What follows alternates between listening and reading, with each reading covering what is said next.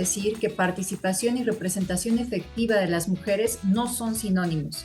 Y solo para ilustrar esta afirmación quiero compartirles la experiencia de México. En 2002, por primera vez se estableció en la legislación electoral la obligación de los partidos políticos de postular al menos 30% de mujeres a la Cámara de Diputaciones. Y en caso de que los partidos políticos no cumplieran con estas postulaciones, eran acreedores a una sanción.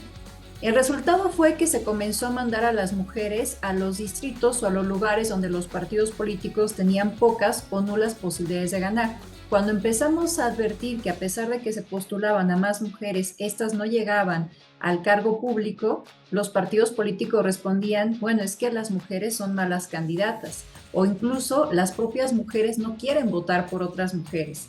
Después, por supuesto, nos dimos cuenta de esta realidad de que la estaban mandando a los distritos desventajosos para los partidos políticos que las postulaban y surgieron lo que ahora conocemos como bloques de competitividad. Estos bloques de competitividad consisten en clasificar las entidades o distritos de acuerdo a las posibilidades de triunfo de las candidaturas postuladas por los partidos políticos, tomando como referencia la votación obtenida en procesos anteriores, de modo que podamos identificar los distritos o entidades en los que la fuerza política es mayor y en donde las posibilidades de triunfo aumentan para ese partido político. De acuerdo con estas mediciones, clasificamos los distritos o entidades en bloques de baja, media y alta competitividad, y en cada uno de ellos se deben distribuir a hombres y mujeres por igual, con lo que se garantiza que no se postule a un solo género en particular en aquellos lugares en los que las fuerzas políticas no tienen muchas posibilidades de triunfo, que sabemos que siempre, usualmente, a quien no postulaban en los lugares de triunfo eran las mujeres. En 2008, esa cuota subió al 40%. Entonces vimos un fenómeno que conocimos como el de las Juanitas, en donde para cumplir con ese porcentaje, los partidos políticos postulaban como propietaria de la fórmula para la Cámara de Diputaciones a una mujer y como suplente a un hombre. Y con eso cumplían a los ojos de la autoridad electoral. Pero apenas las mujeres tomaban posesión del cargo, las hacían renunciar para que fueran los hombres quienes ejercían efectivamente este. Así que es evidente que seguimos enfrentando retos para garantizar el cumplimiento efectivo del principio de paridad de género. El más reciente se vincula con un doble agravio: la usurpación de la identidad trans en perjuicio de las mujeres trans y la violación al principio de paridad de género.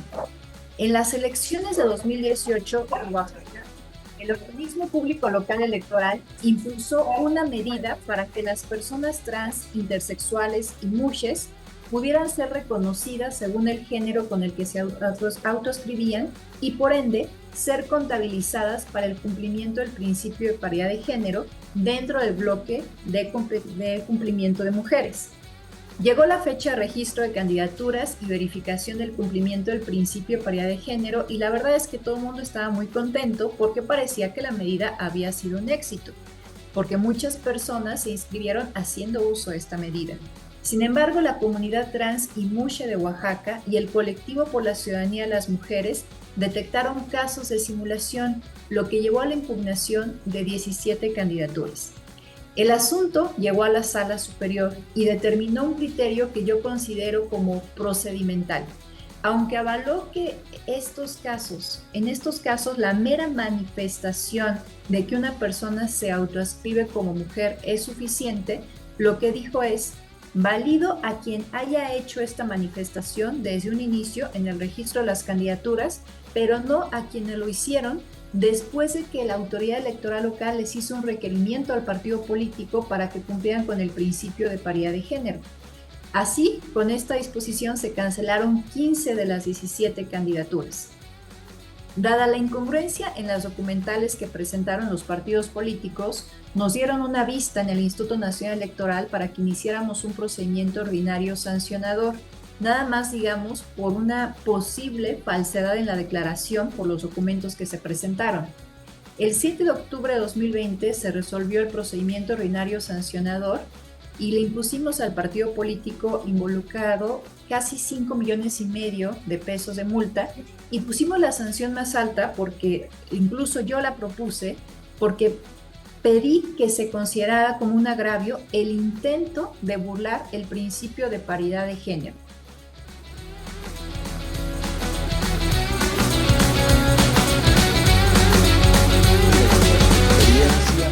Es sumamente importante que haya consecuencias reales a la omisión de los partidos políticos en el cumplimiento de las reglas de paridad y de alternancia.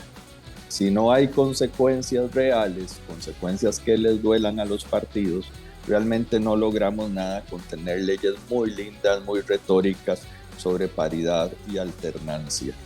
Justamente en el último proceso electoral costarricense, que fue en febrero de este año, hubo una situación bastante difícil para el Tribunal Supremo de Elecciones, porque inicialmente presentaron candidaturas 75 partidos políticos. Resulta que de ellos había 2 partidos políticos que no cumplieron las reglas de paridad. Insistieron, el registro de partidos políticos rechazó la inscripción de sus candidaturas en la totalidad, tal como lo establece la ley. Si no se cumple la paridad y la alternancia en un 100%, se rechaza la nómina de candidaturas en su totalidad. Ambos partidos, que eran además partidos muy ligados a círculos cercanos al presidente actual, al actual presidente de la República, presionaron muchísimo por redes sociales, por medios de comunicación afines y mediante recursos legales para que el tribunal inscribiera esas candidaturas. Finalmente, el tribunal confirmó el rechazo de estas candidaturas y estos 2 partidos no lograron participar en consecuencia en las elecciones municipales. Era simplemente obligarlos a cumplir las reglas que los otros 73 partidos políticos sí habían cumplido, ¿no? Y a reglas ciertas, resultados inciertos, es una premisa, una frase que solemos utilizar en materia electoral y que alude en el fondo al principio de legalidad que aplica en materia electoral. Entonces, creo que no es suficiente con que tengamos incorporados los principios de paridad y de alternancia en nuestra legislación si no hay consecuencias. Lo mismo padeció Costa Rica, lo decía rápidamente en mi exposición, en la década de los 90, cuando se establece en el año 96 la cuota del 40%, y al igual de como señalaba Fátima Lorenzo en República Dominicana, los partidos no cumplían la cuota, cumplían la cuota, pero colocaban a las mujeres en los puestos no elegibles, en las partes de abajo de las listas. Y fue, en este caso, la jurisprudencia electoral en 1999 obliga a los partidos políticos a colocar a las mujeres en cargos elegibles mediante, hay algunas fórmulas concretas de donde nace la aplicación de la alternancia como mecanismo para hacer más efectiva el objetivo que se pretendía en ese momento con las cuotas. La paridad es un estadio adelante.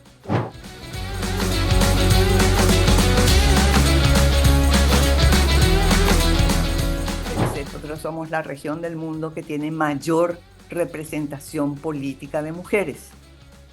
Y según la Unión Interparlamentaria, representación parlamentaria voy a tomar. Cuba y Nicaragua tienen, y con el caso de Cuba, bueno, no son propiamente elecciones plurales, pero en el caso de Nicaragua es muy importante que tengamos en cuenta que ellos tienen justamente para cargos ejecutivos en los municipios una gran cantidad, pero no son elecciones plurales efectivamente, ¿sí? Entonces, no podemos hablar de paridad democrática porque puede haber paridad pero sin democracia, es decir, pueden haber sistemas que igualan a las mujeres, como es el caso de Nicaragua, para las elecciones y para cargos ejecutivos inclusive, pero resulta que no tienen disputa de pluralismo ideológico, que es una de las primeras cosas. Entonces nos encontramos que México es el país del mundo con más alta representación de mujeres. Y el caso de México, que maravillosamente Dania nos presentó, es algo muy importante por una razón. Creo que en México hay un nuevo contrato social. Yo no sé cuánta va a ser la fuerza, porque más allá de las medidas que se tomaron, etcétera, que son muchas, hay una de ellas que es especialmente importante como medida temporal y que es que las más importantes instituciones de la República están presididas por mujeres. Las dos cámaras del Congreso, la Corte Suprema de Justicia, el Tribunal Superior de Justicia Electoral, o el Tribunal Electoral de la Federación, perdón, el INE y el Tribunal. Bueno, entonces resulta que tenemos una situación que ante todas las trampas sí se tiene este pacto social, diríamos en términos de Rousseau, ¿no? Que es completamente distinto, es un pacto social para que las mujeres estén. Yo, de todas formas, tengo siempre temor de que pueda haber una regresión, una onda en contra, etcétera. Por eso hay que estar muy atentos. Pero como ustedes pueden ver, por ejemplo, tengo un país como Panamá en el lugar 106 del mundo. Tiene norma de paridad. Está súper bien descrito absolutamente todo en su legislación.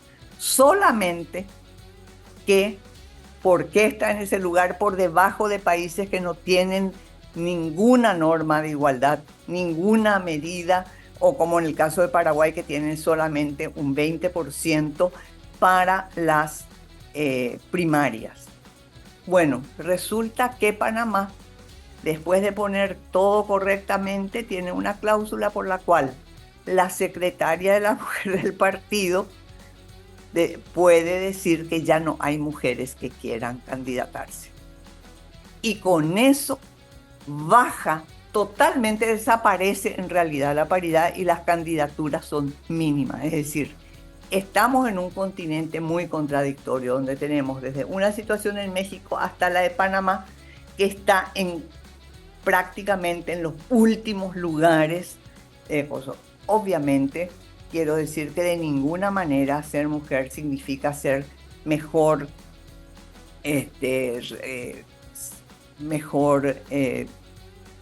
legisladora o lo que fuere.